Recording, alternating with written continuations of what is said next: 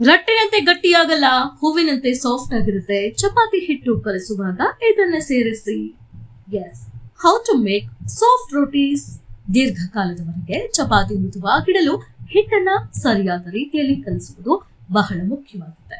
ಹಿಟ್ಟಿಗೆ ತುಪ್ಪ ಅಥವಾ ಹಾಲು ಏನನ್ನಾದರೂ ಸೇರಿಸಿದ್ರೆ ಚಪಾತಿ ಸಾಫ್ಟ್ ಆಗುತ್ತದೆ ಮತ್ತು ಯಾವ ವಿಧಾನದಿಂದ ಚಪಾತಿ ಚೆನ್ನಾಗಿ ಉಬ್ಬುತ್ತದೆ ಎಂಬ ಮಾಹಿತಿ ಇಲ್ಲಿದೆ. ದುಂಡಗೆ ಮತ್ತು ಹೂವಿನಂತೆ ಮೃದುವಾಗಿರುವ ಚಪಾತಿ ಇದ್ರೆ ಸಾಧಾರಣ ಬೇಳೆ ಸಾರು ಅಥವಾ ಪಲ್ಯವೂ ಸಹ ಅತ್ಯಂತ ರುಚಿಕರ ಅನ್ನಿಸುತ್ತೆ. ಭಾರತೀಯ ತಟ್ಟೆಯಲ್ಲಿ ಚಪಾತಿ ಎಂಬುದು ಊಟದ ಅವಿಭಾಜ್ಯ ಅಂಗ.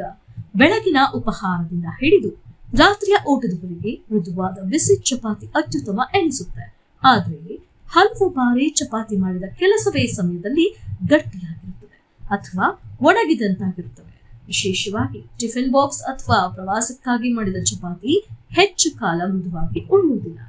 ನಿಮ್ಮ ಚಪಾತಿ ಎಷ್ಟು ಮೃದುವಾಗುತ್ತದೆ ಎಂಬುದು ಕೇವಲ ಬೇಯಿಸುವುದರ ಮೇಲೆ ಮಾತ್ರವಲ್ಲ, ಹಿಟ್ಟು ಕಲಸುವ ವಿಧಾನದ ಮೇಲೆಯೂ ಅವಲಂಬಿತವಾಗಿರುತ್ತೆ. ಹಿಟ್ಟನ್ನ ಸರಿಯಾದ ರೀತಿಯಲ್ಲಿ ಸಿದ್ಧಪಡಿಸಿದ್ರೆ ಚಪಾತಿ ಗಂಟೆಗಳ ಕಾಲ ಮೃದುವಾಗಿರುತ್ತೆ. ಕೆಲವರು ಹಿಟ್ಟಿಗೆ ತುಪ್ಪ ಹಾಕಿದ್ರೆ, ಇನ್ನು ಕೆಲವರು ಹಾಲು ಸೇರಿಸಲು ಸಲಹೆ ನೀಡ್ತಾರೆ. ಸರಿಯಾದ ತಂತ್ರ ಅನುಸರಿಸಿದ್ರೆ ನಿಮ್ಮ ಚಪಾತಿ ದಿನವಿಡೀ ಮೃದು ಮತ್ತು ರುಚಿಕರವಾಗಿರುತ್ತೆ. ಹಿಟ್ಟನ್ನು ಯಾವಾಗ ಉಗುರು ಬೆಚ್ಚಗಿನ ನೀರಿನಿಂದ ಕಲಸಿ. ಇದರಿಂದ ಹಿಟ್ಟು ಹೆಚ್ಚು ಮೃದುವಾಗುತ್ತದೆ ಮತ್ತು ಚಪಾತಿ ಒಣಗುವ ಬದಲು ದೀರ್ಘಕಾಲ ಸಾಫ್ಟ್ ಆಗಿರುತ್ತೆ. ತಣ್ಣೀರಿನಿಂದ ಕಲಿಸಿದ ಹಿಟ್ಟು ಹಲವು ಬಾರಿ ಗಟ್ಟಿ ಚಪಾತಿ ನೀಡುತ್ತದೆ. ಹಿಟ್ಟು ಕಲಿಸುವಾಗ 1 ರಿಂದ 2 ಚಮಚ ತುಪ್ಪ ಅಥವಾ ಎಣ್ಣೆ ಹಾಕೋದ್ರಿಂದ ಹಿಟ್ಟು ಮೃದುವಾಗುತ್ತದೆ, ಹದವಾಗಿ ಬರುತ್ತೆ. ಇದು ಚಪಾತಿಯಲ್ಲಿನ ತೇವಾಂಶವನ್ನ ಕಾಪಾಡುತ್ತದೆ ಮತ್ತು ಚಪಾತಿ ಬೇಗನೆ ಗಟ್ಟಿಯಾಗದಂತೆ ತಡೆಯುತ್ತದೆ.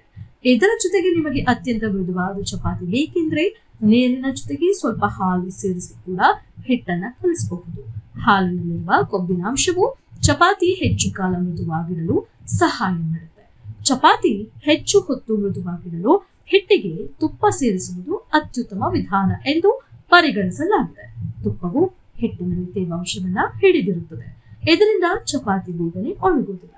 ವಿಶೇಷವಾಗಿ ಟಿಫನ್ ಅಥವಾ ಪ್ರವಾಸಕ್ಕೆ ಕೊಂಡೊಯ್ಯುವ ಚಪಾತಿಗೆ ತುಪ್ಪ ಸೇರಿಸುವುದು ಉತ್ತಮ. ಹಾಲು ಕೂಡ ರೊಟ್ಟಿಯನ್ನ ಸಾಫ್ಟ್ ಮಾಡುತ್ತೆ, ಆದ್ರೆ ತುಪ್ಪದಷ್ಟು ದೀರ್ಘಕಾಲದ ಪರಿಣಾಮ ಹಾಲಿನಿಂದ ಸಿಗೋದಿಲ್ಲ.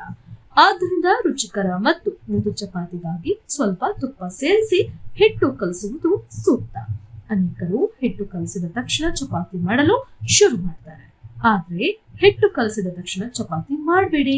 ಹಿಟ್ಟನ್ನ ಕನಿಷ್ಠ 15 ರಿಂದ 20 ನಿಮಿಷಗಳ ಕಾಲ ಮುಚ್ಚಿಡಿ. ಇದರಿಂದ ಹಿಟ್ಟು ಚೆನ್ನಾಗಿ ಸೆಟ್ ಆಗುತ್ತೆ ಮತ್ತೆ ಚಪಾತಿ ಚೆನ್ನಾಗಿ ಉಬ್ಬುತ್ತೆ ಹಾಗೂ ಮೃದುವಾಗಿ ಬರುತ್ತೆ. ಇದೇ ತರ ಉತ್ತಮವಾದ ಮಾಹಿತಿಗಳಿಗಾಗಿ ನಮ್ಮ ಚಾನೆಲ್ ಅನ್ನ ಸಬ್ಸ್ಕ್ರೈಬ್ ಮಾಡಿಕೊಳ್ಳಿ.